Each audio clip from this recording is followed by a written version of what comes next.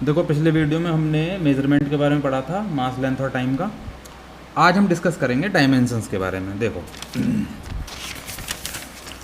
Dimensions होती हैं हमारी जो 7 फंडामेंटल क्वांटिटीज़ होती हैं ना, उनको हम बोलते हैं 7 डायमेंशंस ऑफ द वर्ल्ड, है ना। 7 डायमेंशंस ऑफ द वर्ल्ड, ठीक है।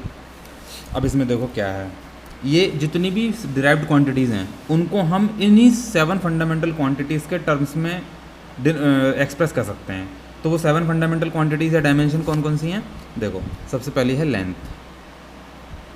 तो लेंथ को हम कैसे डिनोट करते हैं? स्क्वायर ब्रैकेट के अंदर कैपिटल एल लिख के। मास, इसको हम स्क्वायर ब्रैकेट के अंदर एम लिख के। टाइम, स्क्वायर ब्रैकेट के अंदर कैपिटल टी लिख के। इलेक्ट्रिक करंट, स्क्वायर ब्रैकेट के अंदर ए लिख के। थर्मोडायनेमिक टेम्परेचर या टेम्परेचर, स्क्वायर ब्रैकेट के अंदर के लिख के, केल्विन। और luminous intensity, luminous intensity, luminous intensity को हम डिनोट करते हैं सी डी लिख के। और amount of substance, amount of substance, इसको हम डिनोट करते हैं एम ओ एल लिख के, ठीक है। अच्छा, अब आ जाते हैं हम dimensions of a physical quantity पर। Dimensions of a physical quantity. देखो डेफिनेशन आपकी सारी बुक में लिखी हुई है, मैं केवल उसको समझा देता हूँ कि फिजिकल क्वांटिटी की डायमेंशन क्या है। फिजिकल क्वांटिटी की जो डायमेंशंस होती हैं इसको ऐसे डिफाइन किया गया है, dimensions of a physical quantities are the powers to which the fundamental quantities must be raised.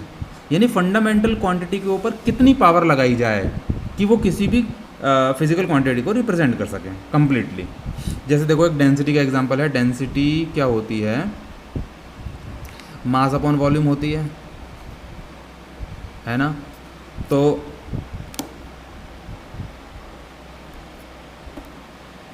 Mass upon volume का मतलब क्या हो गया? देखो मास अपॉन वॉल्यूम का मतलब लेंथ, ब्रेड्थ, हाइट। देखो मास को तो एम से डिनोट करोगे, लेंथ को एल से, ब्रेड्थ को भी एल से करोगे, आखिर है तो ये लेंथ ही, और हाइट भी। तो इस कितना हो गया? M L minus 3। इसको आप ऐसे ले सकते हो एम एल माइनस 3 और टी 0, क्योंकि टाइम की तो कोई डायमेंशन है ही नहीं।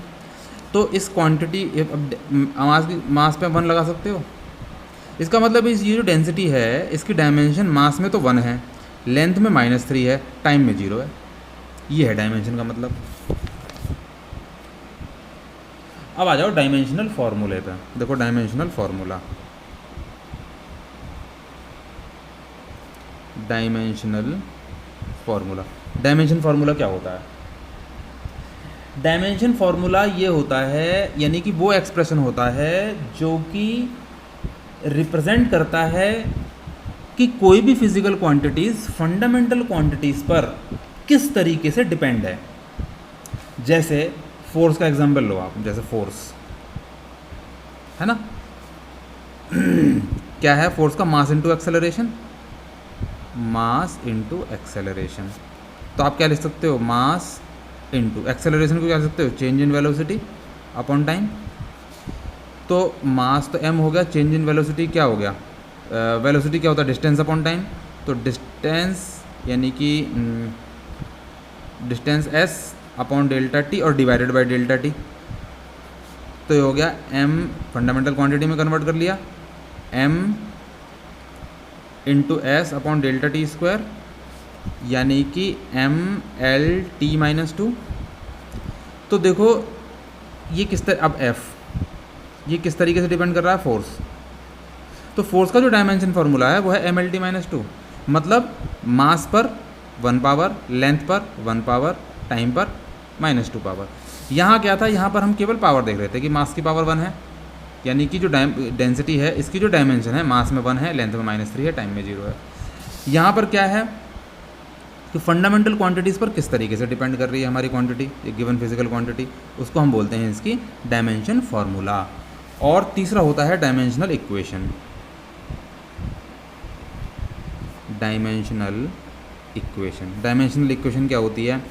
देखो, डायमेंशनल इक्वेशन, अगर हम किसी क्वांटिटी की डायमेंशनल फार्मूले को, जैसे फोर्स का MLT-2 होता है, इसको इस क्वांटिटी के साथ इक्वेट कर देते हैं तो इसको हम बोलते हैं डायमेंशनल इक्वेशन। ठीक है।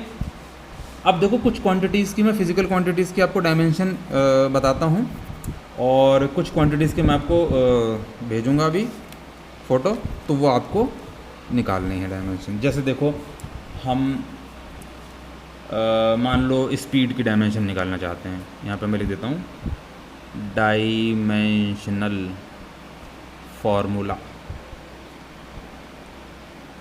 For some physical quantities, some physical quantities. ठीक है। तो इसमें देखो क्या होगा। इसमें सबसे पहले देख लो मोमेंटम। जैसे मान लो छोटी मोटी तो तुम निकाल लोगे। मोमेंटम का क्या हो जाएगा? देखो, मोमेंटम जो होता है वो p जो होता है वो mv के बराबर होता है। अब मास का तो हो गया m, v का हो गया LT-1, तो क्या हो गया MLT-1, और इसकी जो यूनिट होगी क्या हो जाएगी? देखो, मास की किलोग्राम और वेलोसिटी की मीटर पर सेकेंड, तो यूनिट हो जाएगी किलोग्राम मीटर पर सेकेंड। ठीक है। इसी तरीके से आप और भी निकाल सकते हो। जैसे प्रेशर का देख लो, प्रेशर।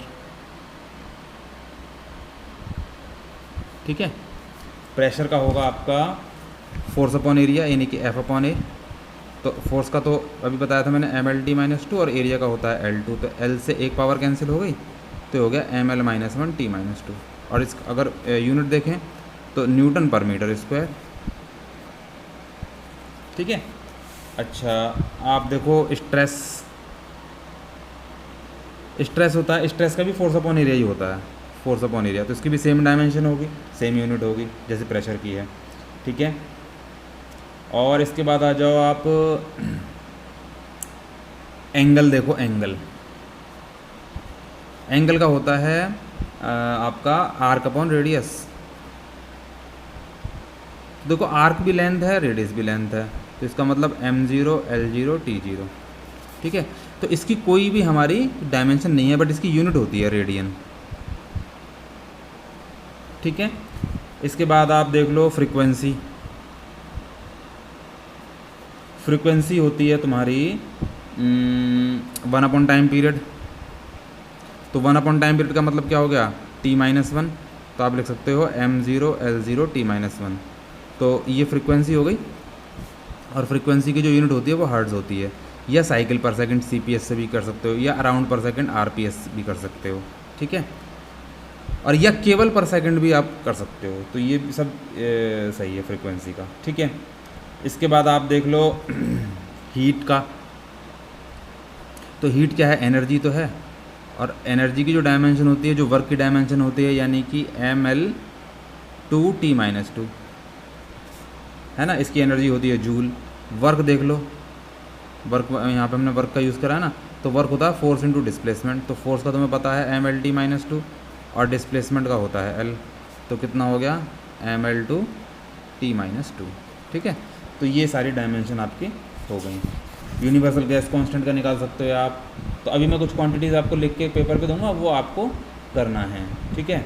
जैसे इलेक्ट्रिक चार्ज का देख लो आप।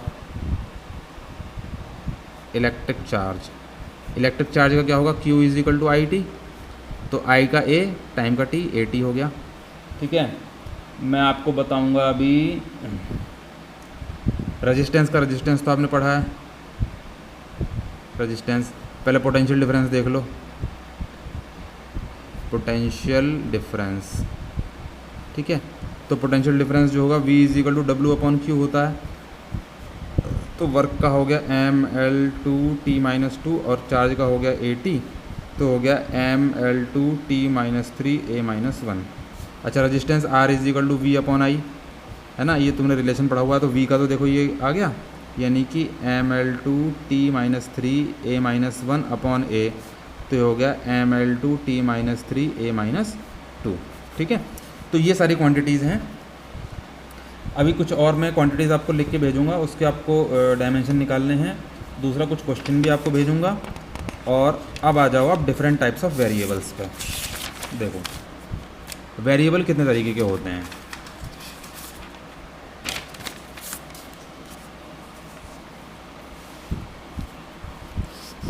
देखो टाइप्स ऑफ वेरिएबल्स, ये हम आपको बता रहे हैं on the basis of dimensions. तो पहला होता है डायमेंशनल वेरिएबल,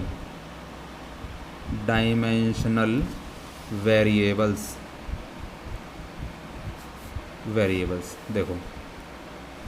देखो डायमेंशनल वेरिएबल कौन से हैं कि जिसमें डायमेंशन तो होती है, यानी नाम से पता लग रहा है जिनकी डायमेंशन तो होती है बट वेरिएबल होती हैं। जैसे एग्जांपल देखो, जैसे एग्जांपल है एरिया है। देखो एरिया की डायमेंशन होती है बट ये वेरिएबल क्वांटिटी भी है, कभी भी चेंज हो सकती है। वॉल्यूम है, ठीक है ना, फोर्स है, मोमेंटम है।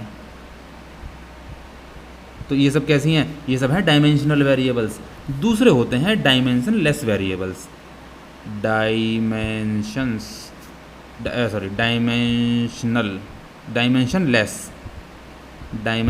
Less variables. देखो डायमेंशन लेस वेरिएबल्स कौन कौन से हैं।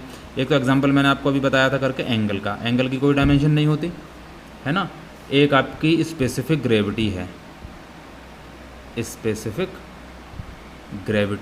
ठीक है। स्ट्रेन है, original change in dimension upon original dimension होता है। तो ये सब क्या हैं, डायमेंशन लेस वेरिएबल्स हैं, ठीक है। अच्छा अब आ जाओ टाइप्स ऑफ कॉन्स्टेंट्स पर। टाइप्स ऑफ कॉन्स्टेंट्स कौन कौन से हैं। पहला है डायमेंशनल कॉन्स्टेंट्स, यानी ऐसी कांस्टेंट क्वांटिटी जिनकी डायमेंशन भी होती है। तो जैसे एग्जांपल देखो इसके, जैसे ग्रेविटेशनल कांस्टेंट है G, है ना, प्लांक कांस्टेंट है H। ये सब कैसे हैं, ये सब डायमेंशनल कांस्टेंट्स हैं। या जैसे आप परमिटिविटी ऑफ फ्री स्पेस, अभी आप जानते नहीं इस क्वांटिटी के बारे में, तो ये भी तुम्हारा कैसा है, डायमेंशनल कांस्टेंट है। इसकी वैल्यू फिक्स होती है, इसकी डायमेंशन भी होती है। अब आ जाओ दूसरा डायमेंशन लेस कॉन्स्टेंट्स,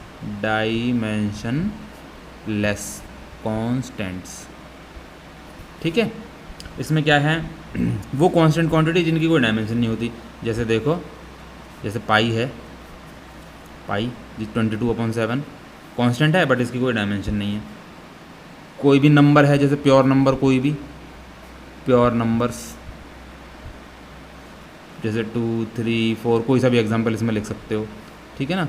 ये एक क्वांटिटी तुम्हारी एक्सपोनेंशियल सीरीज होती है E, जिसकी वैल्यू 2 और 3 के बीच में होती है। तो ये सब कैसे हैं, ये सब हैं डायमेंशनलेस कॉन्स्टेंट्स, ठीक है। अच्छा देखो ये वीडियो तो हो गई, इसमें मैं आपको कुछ थोड़ा सा होमवर्क दूंगा और कल हम करेंगे conversion of one system of unit to another, यानी कि हमारी एप्लीकेशन ऑफ डायमेंशनल एनालिसिस। तो इसमें 3 एप्लीकेशन है इसके।